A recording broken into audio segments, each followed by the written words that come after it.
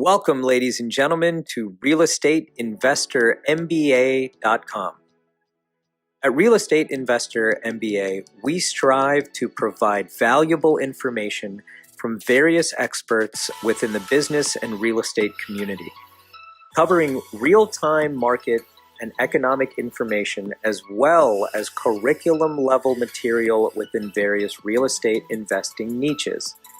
We aim to be relevant, straightforward, and forthcoming with actionable information for our community.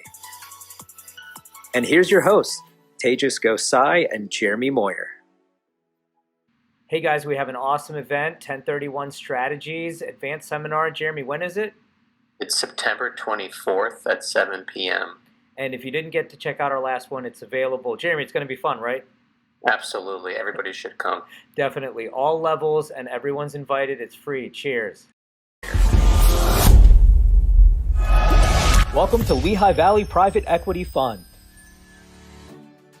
Lehigh Valley Private Equity Fund is a Regulation D evergreen private fund designed to provide a 7% preferred return and an overall annualized target return of 12% through diversification in lending and acquisitions in the real estate industry.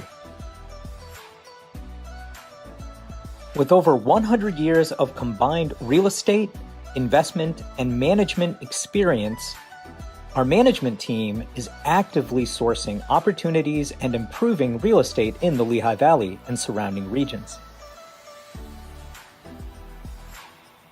The Lehigh Valley is booming. The private sector GDP is larger than 112 countries, standing at over $41.2 billion annually. Lehigh Valley Private Equity Fund uses three methods to create returns for our investors: qualified lending, buy and holds, and rehab resell projects. Our philosophy is simple: quality over quantity. Our primary goal is to protect our investors, and our strategy is to produce consistent high-yield returns. Thank you so much for visiting us. Contact us easily by visiting www.lvpefund.com or call us anytime 24/7 at 484-362-1313. Thank you so much and have a beautiful day. Hello, ladies and gentlemen. Welcome back to your favorite Lehigh Valley-based podcast. It's Real Estate Investor MBA. I'm your co-host, Tejas Gosai. I have my partner, Jeremy Moyer. Good morning. Just want to get a couple things out there really quick. We are now on iTunes, Spotify, Google. Where else, Jeremy? Stitcher, iHeartRadio. We are transcribing our program from day one, and you can listen to us in a bunch of different formats. We have to say thank you to everybody. It's just so much support, and we're super excited to have our next guest on. Probably one of the biggest ones from my perspective in the commercial real estate world. But with that, welcome to our latest podcast. Jeremy, let's introduce our guest. Absolutely. Thanks, Tejas. As Tejas said, we're very excited today to bring you Matthew Tuerk, who's the Vice President of Business Attraction and Retention and Expansion at the Lehigh Valley Economic Development Corporation. Matt has worked in economic development for over the last 12 years, all in the Lehigh Valley. During that time, he has developed a deep understanding of the region's position in the larger commercial real estate market and has applied it to attracting job-creating business investment to the Lehigh Valley. He's earned an international MBA at the University of South Carolina and lives in Allentown with his wife and two teenage daughters. Matt, welcome. Glad to be here. Really glad to talk to you guys. Thank you for having me. I appreciate it. Absolutely. So thanks also for joining. I know you're very busy throughout your day working with businesses to bring them here to the Valley. So I think we're just going to get right to it. There's a lot to unpack. So first off, how did you get involved in economic development and why the Lehigh Valley? It's kind of an interesting story, and I'll try to keep it short. But when I did my international MBA at University of South Carolina, there were a group of us. First year, got together. We did kind of the standard, business courses. Got to know each other, and there's a small group of us that had an interest in economic development, and we formed an economic development concentration within the MBA program. This was international development, so the folks who are looking at Africa, I ended up doing my internship in Central America and some initial focus in Central America, but just had a general interest in development. Leaving the program, I got a job in Panama. Still was always interested in development, and really my interest in development came from an interest in cities, the way I grew up. So I had an interest in urban development. Worked in Panama for a few years, got to that lovely recession that we'll all remember from 2008. And I just happened to be looking for a new opportunity at that time. Just before the recession, chance encounter at the Emmaus Farmers Market with somebody who was running the Allentown Economic Development Corporation.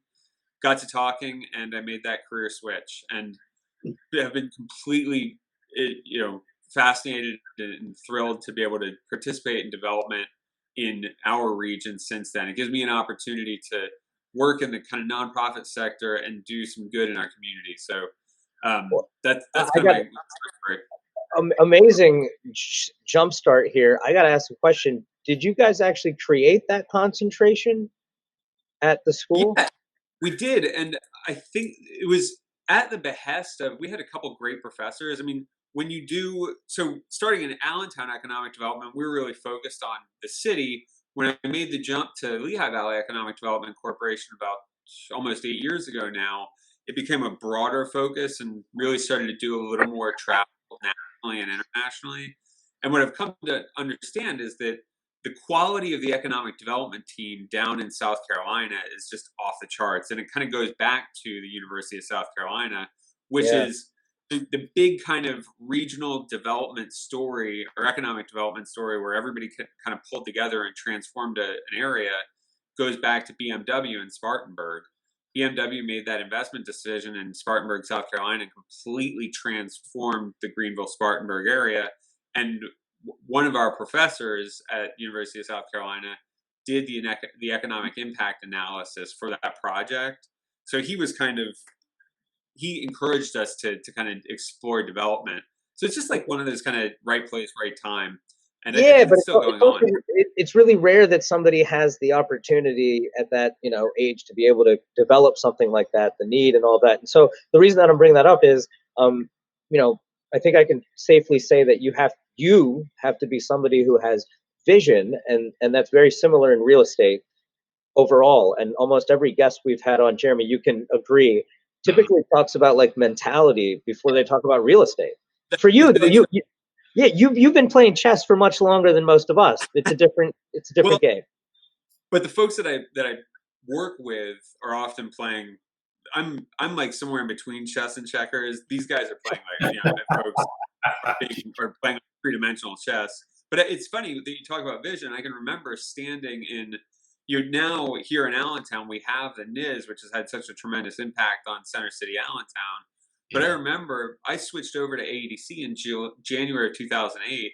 And I can remember standing in that Dime Bank building, which is right where the arena is now, I was on the 5th floor of the building, no windows, it's January and it's frozen. And we're kind of coming into January 2008. Lehman hadn't collapsed yet, but we can kind of see the recession coming, looking out the window of that building and thinking like, all right, we're going to have to do something with this. and thankfully, things came together and really amazing things happened in Center City, Allentown as a result of that, out of that. Kind of beyond, you look at the vision of somebody like J.B. Riley or Pat Brown, who helped put that together, or Sarah Hailstone in the city of Allentown, and Scott Unger at the Allentown Economic Development Corporation. Those folks had a real vision and commitment to making something happen and had a transformative impact on that city. People like my current boss, Don Cunningham, has had a vision since he took over as mayor of Bethlehem, and early on got the news that Bethlehem Steel would be discontinuing its operations. He continued into time as the county executive at Lehigh and has been running the show here at Lehigh Valley Economic Development Corporation for over 8 years now. That guy's got vision, right? And he's seen transformation in this valley. When they got that news in 98 or 97 or whatever it was, that Bethlehem Steel would discontinue operations, other places around the country without visionary leadership might have just packed up the tent and said, fine, we'll just take what happens. Here, we've really figured out how to bring everybody together, activate real estate, activate brownfields, bring leadership together to develop a really dynamic and amazing economy that I'm frankly just proud to be part of every day now. Yeah, Jeremy, sorry, I'll let you go next. I just got to jump on this because we haven't had somebody really present that information from this perspective at all in the 10 shows we've done. So, from my perspective, and I'll speak for Jeremy, and then I'll shut up for a little while. You can ask the next question. But we are like these hunters that are like, we're hunting for the valley. Like we're not hunting for New York City or something else, right? Like, and when we live here, so we want to bring it home, right? We want all of us to share in what we hunt. And it's great in the real estate industry to have this ability right now in the Lehigh Valley. But I have to go back to the history of this. This was created, man. Like none of this should have been here. And I mean, none of this should have been here because it wasn't meant to be here. Human beings made it happen. And Don Cunningham, a lot of the people we've had on the program are the people that made this happen and got us through COVID so that we can be elevated even better than pre-COVID. We say, I mean, that's the thing that, we have this, I don't want to give away too much. And I know you had my friend and colleague, Mike Teller, on the program, but we developed this Made Possible in Lehigh Valley tagline. And if I want to take, leverage on that one, it goes back to prior to even Don getting started in economic development.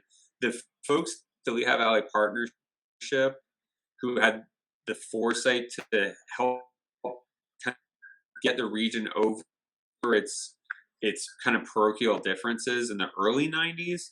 LVDC was formed in 1995 by that partnership, and they kind of made all of it possible. And then folks like you guys are making it happen. And so that kind of, it didn't just occur naturally. It had to have people sacrifice and put work in.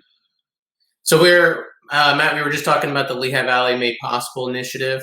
Do you want to further expand upon that? Yeah, and we can come back to it. And that's probably the least kind of real estate oriented piece of what we do. But it's been for a long time, LVDC now, thanks to the vision of the partnership, has been operating for, we're celebrating our 25th anniversary this year, actually. And thank you. It's been a good show, a good trip. But one thing that's happened over time is that if you go back and look at what the world looked like in 1995, the primary interest of companies that were considering locations were things like utility rates, available real estate, kind of basic business operation stuff. Over the years, their interest or their concerns about any given location has shifted to be about talent.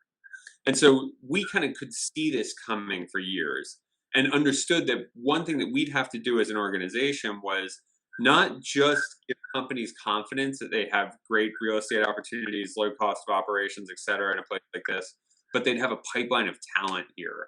And this really, it became starkly obvious when we prepared our response to Amazon.com's RFP for HQ2. And they asked about talent. They asked about what talent looked like today. And that was kind of the pat answer at that point was, yeah, everybody had an understanding that you needed to show a company what the talent pool of today looked like, who they'd be able to hire when they got here. But what they also asked was, what does the pipeline look like? They're looking at a 15-year project. They needed to know, how are you going to bring people into the market to satisfy our talent needs? And for us, it was a bit of an aha moment. And we said, we can't just work on recruiting companies to this region. We need to recruit people here. We need to find ways to show everyone in the country that there's great opportunity to start a career in Lehigh Valley. There's great quality of life assets, and really show companies that we're doing that as well. So we got started developing this Made Possible initiative at the beginning of 2019. It got legs. It got sign-on and support from our partners at Discover Lehigh Valley and the Greater Lehigh Valley Chamber of Commerce. And now it's spun off into the Made Possible Alliance that we support and our partners are supporting, that is really kind of gotten more support from partners like the Airport Authority and Arts Quest, people who are really and PPL, people who are adopting this look and saying, yeah, we want to show the world that there are possibilities here in the Lehigh Valley. The Lehigh Valley makes it possible, and those people can make it happen. So the talent recruitment thing has been big for us and has really helped us understand, where we're going to be in the future. No, that's great. And I love learning and reading about economic drivers, just different things that affect the economy. And you guys are making change within our community here, trying to bring people here to the area, as you just mentioned, bring talent here, all the different things that employers look for to bring either operations, either another headquarters here, a sub headquarters here, just bring another plant here, whatnot.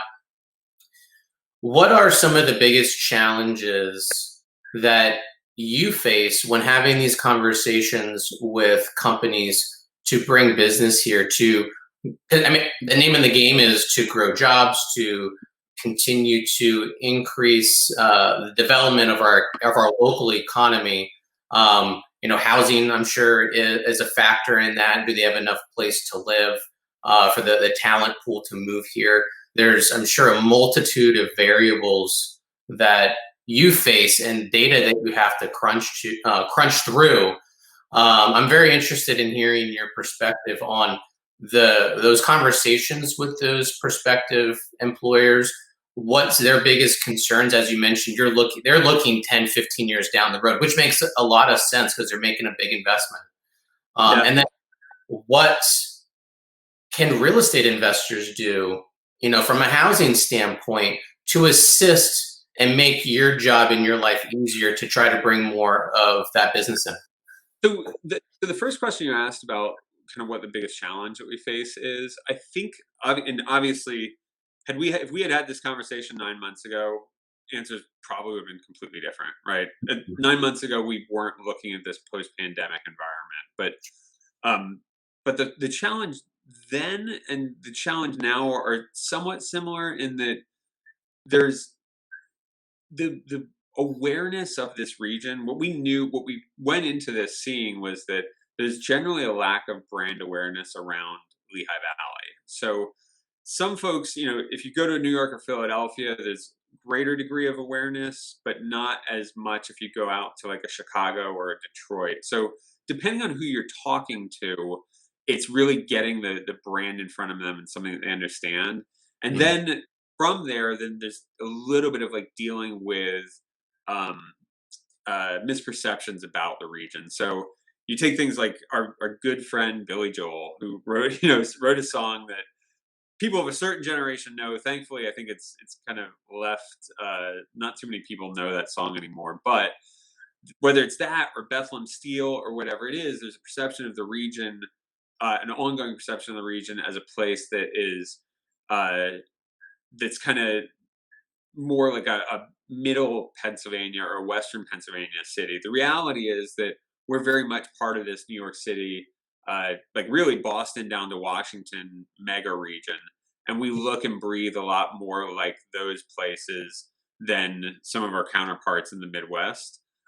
So when you get to where we're at now and the conversation that we might have with somebody who's responsible for locating or citing a location for office use, I think there's an increased desire to occupy places like Lehigh Valley because of what's happened with the pandemic. So some of these denser urban environments might not be as attractive as they once were, but there's still, when that company's looking for a place to kind of call home, they still have that fundamental issue of, is the talent there? And our job is to work to show them the talent is here. I think they look, you might look at the size of the region. It's about, the two counties are about 650,000 people. There's about 340,000 people in the workforce. It might not seem at first glance that's big enough in the mind of somebody who's looking to be in a major metropolitan area. But then when you expand the kind of commute shed, so people are coming in from outside of these two counties to work. So Mhm. really, the commute shed for our region extends down into Bucks County, Carbon County, really Warren County, New Jersey, Monroe County, Pennsylvania.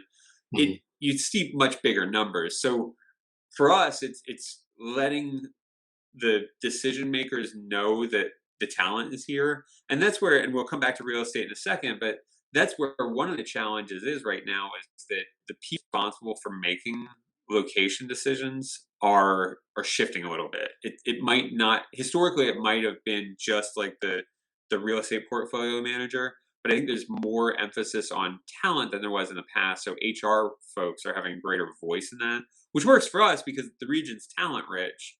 But when you got to that, like, what are companies thinking 10 to 15 years down the line? I think they always kind of knew that a place like Lehigh Valley would make sense for them. Mhm. 9 months ago, the conversation was like, yeah, we know you're there, but it doesn't make sense right now based on how our organization is structured. The beauty of if there's any kind of silver linings to a pandemic, it's that whether it's an acceleration or an advancement or whatever it is, all of these kind of trends that were in place are now advanced, right? So that company that was thinking about what they need, where they needed to be in 15 years, and maybe they were thinking, okay, 15 years from now, we'd want to have like flex office in Lehigh Valley where we have Mhm. employees that are kind of working from home some percentage of the time, and then in an office some percentage of the time. They could kind of like kick that down the road and say, yeah, we'll worry about it in the future. Well, now the future is today, right? Mhm. So now all of a sudden we become a much more compelling and interesting story. The challenge for us now is those folks are, let's say, somebody who's operating an office in like Jersey City or Hoboken. Their thought is, okay, I've got to get out of the metro, right? Like, we're now that this pandemic is here and people don't want to be in a place like Manhattan, like, where do we go from here? And I don't want them to think that they have to go all the way out to a Youngstown, Ohio, or Des Moines, Iowa, or a Tulsa, Oklahoma. Like, those are all great places, but they can have a lot of the good stuff in those places right in their backyard for all intents and purposes in Lehigh Valley. So Mhm. to take part two of your question, and how can real estate investors take advantage or help kind of do this, the work of economic development in a region like ours, there's been great stuff that's happened already. So JB Riley has really fundamentally transformed downtown Allentown. Uh, the Jandals have excellent plans for the waterfront in Allentown. When Wind Creek acquired the Sands Casino, they handed off development rights of some of that former Bethlehem Steel property to a really great developer who's going to do amazing things down there. I think building the space is good. I think what the next step will be is building amenities into those spaces, taking advantage of existing amenities in downtowns. I mean, that's where they're already set up, right? So if you are the developer for the former hotel site around Center Square Easton, like, you've got Center Square Easton. That's the biggest amenity you need. Downtown Allentown has downtown Allentown, but then adding things in that accommodate this new world, right? So whether it's, there may be need for daycare on site with some of these places. You may need more flexible office space or a flexible office space operator in those places. So on the office side, it's looking in that area. I think industrial, like, this region for industrial, everybody gets like the big box industrial building for a distribution center. Like, that's all healthy and fine.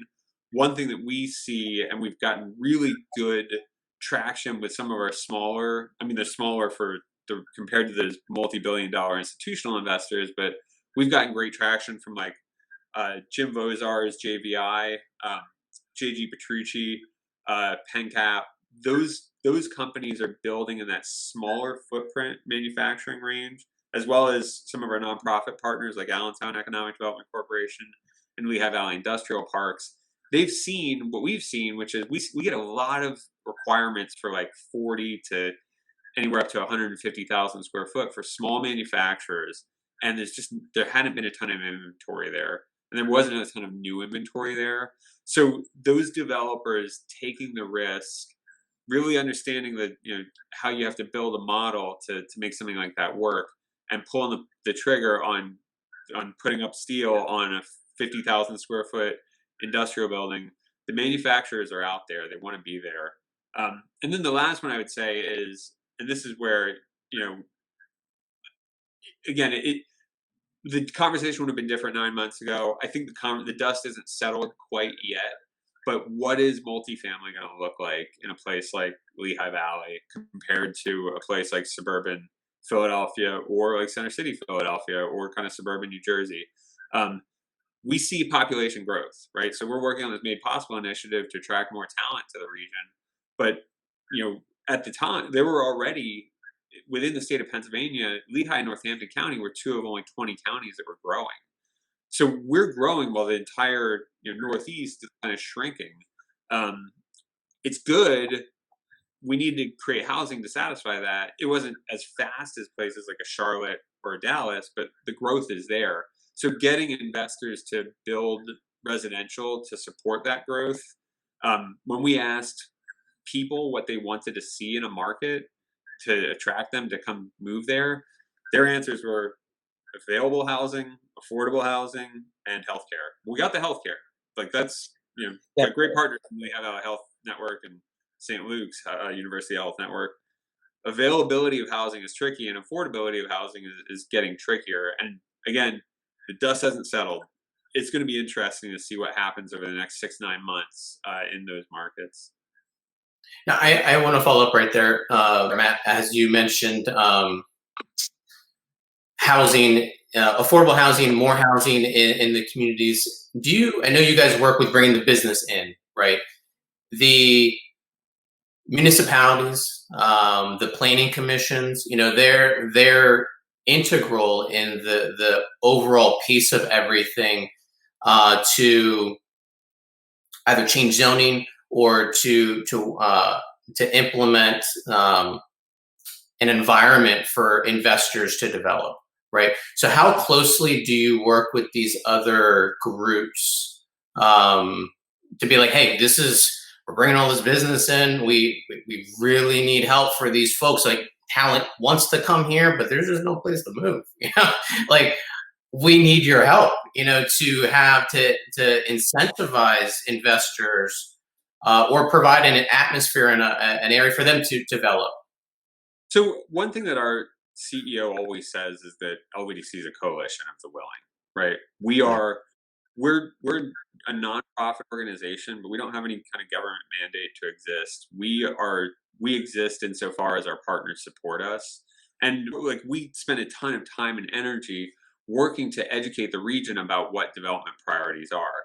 And a lot of that looks like working very closely with those townships, let them know what the kind of world is demanding, what the world's looking for, and really kind of make sure that we are a great ombudsman, acting in support of the development that's seeking to occur, and communicating with those townships, planning commission. We regularly talk to our friends in the planning commission, just trying to get a good sense of what priorities look like. So when it comes to planning, when it comes to permitting, we try to just do everything we can to facilitate those processes, stay actively engaged, make sure there's no surprises, work closely with the counties, with the county conservation districts, work very closely with our friends at the state, both on promoting the region for attracting investment, but also our friends in the Department of Environmental Protection to make sure that we have a streamlined permitting process. We recognize that when we're positioning ourselves against other places in the country, that permitting is that's hugely important. That it's not just can you get a project done inexpensively and be able to operate well after the fact. It's, are you going to have a streamlined process? Are you going to be able to develop quickly?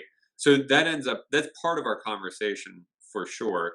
But we have community stakeholders, and we have to recognize what the people of Lehigh Valley are saying. And we can see, there's some municipalities that are just they are happy with the way things are. And what we can do is, we're not ones to kind of attempt to influence their thought, but what we need to do is let them know what's out there, right? So if you are, a municipal official and you say, look, we're not interested in additional housing, we can say, but there's strong interest in the region, and there's an opportunity there, whether it's development of residential or industrial, wherever it is. We just try to let people know and give people on the municipal side, but also on the investment side, we give people as much information as we can to help them make an informed, intelligent decision about what they're doing.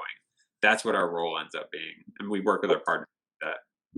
Let me pick it up there. So that is exactly what I have been doing personally for the past 4 years of being a realtor, is taking all the pieces of information and pushing it to the right people to make an argument to come visit the valley, like come shopping. This is your Toys R Us. Our cap rates are better.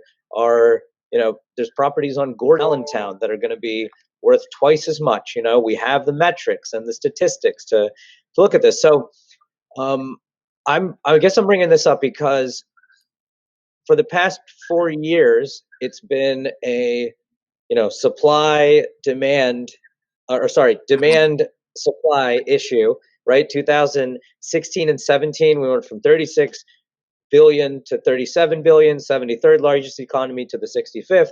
2018, same problem, supply and demand, too much demand, not enough supply, same problem. Pre-COVID, same problem. During COVID, everyone's messed up. Post-COVID, same problem, right? So I keep saying this, we are an insulated economy. And I'm going to keep saying that over and over and over until everyone realizes the stature of what that is. I think the best is yet to come, and you guys laid the foundation. Sorry to point, but like you, Matt, like you guys like laid the foundation, and it's cool because and can now realign your projections, things like that. The main question is, do you agree or disagree that the valley is insulated? One, and two, do you think the best is yet to come for the next 5 to 7 years? And crystal ball time. Yeah. So what I can do is look back to 2008, and as bad as it hurt here during that recession, it wasn't as bad as the rest of the world. And we're insulated by, I think, some factors that have always kind of elevated us, right? So we are, by virtue of our geography, we're part of this massive consumer market, right? We are part of the largest region in the country. And as long as we're part of this big thing, I think we are insulated against really terrible shocks because there's just so much diversity here. And I think it's not me, it's the people who preceded us that really laid these paths of a diverse economy. We do well in lots of areas. We're not, but what's interesting though on that respect is that we do well in lots of different places. We do really well. We aren't like Huntsville, Alabama, where aerospace is like, it's the capital of aerospace, and anything that's aerospace is going to be down there and it's going to take off. We're not Detroit, where it's auto. We're not Silicon Valley, where it's tech. We're a place where you can do everything well. So it insulates us against really negative shocks, but it also, I think, prevents us from riding the coattails of any one sector into the stratosphere. So looking at the crystal ball, my thought is, and it's so murky right now with a pandemic, we tell a narrative. We tell a story about the Lehigh Valley, and usually the narrative that we tell about the Lehigh Valley is consistent with what our audience wants to hear. Right now, our audiences, they don't know what they want to hear. They're just they're not sure what the next thing is going to be. And in part because that one's obvious on office, right? Nobody knows how they're going back to the office yet. So it's really hard to have conversations about occupying office space. But when you get to somebody who's doing distribution or manufacturing of weight gaining goods, if people are leaving New York en masse, which some of the reporting says, if we see a significant decline in this regional population, that could be tricky. It could be trickier for us. We still have great infrastructure and access to lots of the important things that move the economy, but with an economy that is as dynamic as the economy of the United States as part of a global economy, it's hard to make any predictions, right? I personally, to me, I've been here for 15 years, 16 years now. when I look around, I'm really bullish on the Lehigh Valley, particularly in the new world, because I do believe in people's desire to be around other creative people. We have some natural things that are just absolutely amazing. The outdoor recreational opportunities here, the communities that are here are just fantastic. So I feel really strongly about the region's ability to compete for the future. But the big caveat is, hey man, this world, like everything is so radically different, and it seems like the compression of change keeps like getting tighter and tighter and tighter. And whatever we thought we knew 5 years ago has changed now, and what we think we know about 5 years in the future, like making annual budgets is nuts. Let's make like monthly budgets at this point. Yeah, bi-weekly. That's awesome. We are definitely running out of time. Matt, thank you so much for joining. We asked one last question for everybody. It's a quick question, I promise. What's your favorite restaurant in the Lehigh Valley? Oh, that was easy for me. Nice. It's a block and a half away from my house. Union and Finch, and it's a good like kind of economic development. Third person on the show. Oh, really? Yeah. So Ed, it's funny. I'm a soccer fan. I went to the Union and Finch is the former O'Malley's, which was like a neighborhood nuisance bar. So when Ed bought the building, he went to like a neighborhood group meeting to kind of to tell people what he was planning. I went to that meeting hoping to convince Ed that he would open early on Saturdays so I could watch Arsenal play. And I went and sat down and started talking to him and hearing him out, and he was kind of getting beat up by the community. And I stood up and I was like, hey, I know what he's describing. It's not what you're worried about. This is going to be absolutely awesome stuff. And he and I have been close since that point. So it's Union and Finch without a question. Perfect. Awesome. Matt, if someone wants to get a hold of you, like, should we just point them to the website, or is that the best way of doing it? Okay, perfect. Website, LinkedIn, great way to connect with me. I'm often posting about the Lehigh Valley there. One way or another, we're going to, if we can provide information to help people make informed decisions about business investment here, that, you can reach me. Perfect. Awesome. In closing, thank you for your service. You're awesome. Check us out on realestateinvestormba.com, iTunes, Spotify, or website. You can hear this transcript, so on and so forth. And Matt will check in with you hopefully before the end of the year to see how it rides out. That'd be awesome. Thanks, guys. Thank you. Cheers. Take care. Take care.